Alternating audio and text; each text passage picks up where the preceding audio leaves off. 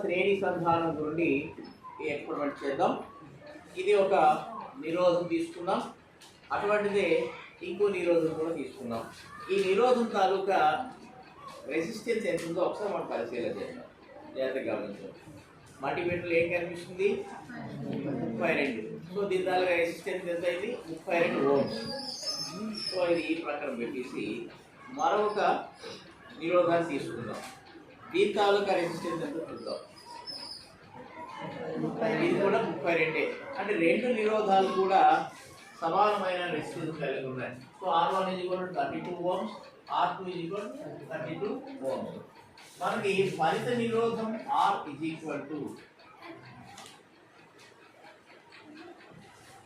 శ్రేణి సంధానం చేసాం కాబట్టి R1 ప్లస్ R2 గా ఉండాలి. R1 ఎంత? 32, R2 కూడా 32 కాబట్టి ఫలిత నిరోధం 64 ఓమ్స్ కావాలి. ఇది నిజంగా అది వస్తుందో లేదో మనం ఒకసారి పరిశీలన చేద్దాం. సో ఇప్పుడు ఈ రెండు రెసిస్టర్స్ని ఇలా మనం జాయింట్ చేద్దాం. శ్రేణిలో ఈ రెండింటిని కూడా కలిపిస్తాం. శ్రేణిలో కలిపిన తర్వాతను వీటి తాలూకా ఫలిత నిరోధం మనకి ఎంత వస్తుందో చూద్దాం. చూసి ప్రాక్టికల్గా కూడా ఇది వర్కౌట్ అవుతుందా లేదో పరిశీలన. చూడండి, ఇప్పుడు రీడింగ్ ఎంత వచ్చింది? 64. ఒరిజినల్గా ఒక్కొక్క నిరోధం ఆ 32 ఓమ్స్ 32 ఓమ్స్ ఉంది కాబట్టి ఈ రెండింటి శ్రేణిలో సంధానం చేసినప్పుడు ఫలిత నిరోధం R1 ప్లస్ R2 ఇది కూడా 64 ఓమ్స్గా వచ్చింది. ఏదైతే మనం థియరిటికల్గా మనం చూసామో అది కూడా మనం ప్రూవ్ చేయగలిగాం.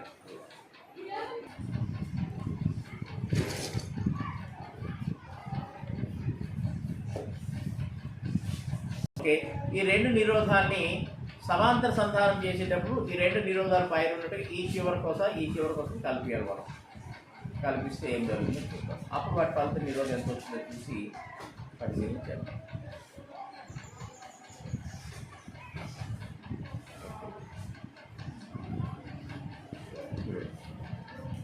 ఈ రెండింటిని ఇలాగా సమాంతర సంధానం చేశారు. సమాంతర సంధానం చేసేటప్పుడు ఈ కొసని చూసుకుంటే వీటిగా ఫలిత రెసిస్టెన్స్ ఎంత ఉందో ఒకసారి ఎంత వచ్చింది? రీడింగ్ చూడండి, 16 వచ్చిందా?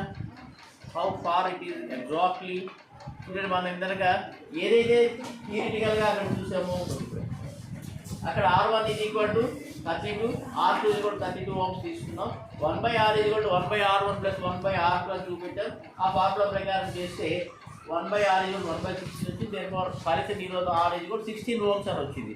సో ఈ రెండింటిని కూడా మనం సమాంతర సంధానం చేసినప్పుడు యాజ్ చీజ్గా అది కరెక్ట్గా సరిపడిందా లేదా.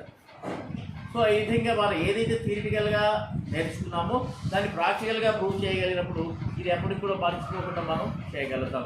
రేపు ఎటువంటి సమస్యలు వచ్చినా దీనిపైన ఎగ్జామ్లో ఎటువంటి ఎక్స్పెరిమెంట్ మనం చేయవలసి వచ్చే సులభంగా గుర్తుండిపోయే విధంగా. కాబట్టి ఇలాంటి ప్రయోగాలు మరిన్ని మీకు చేయడానికి ప్రయత్నం చేయాలి.